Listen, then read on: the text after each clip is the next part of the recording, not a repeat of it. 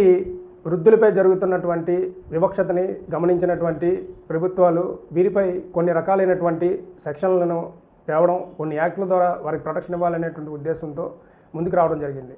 అందులో ఒకటిగా మనం భావించేదే సీనియర్ సిటిజన్ వెల్ఫేర్ సంబంధించినటువంటి యాక్టు. ఇది 2019లో వచ్చింది.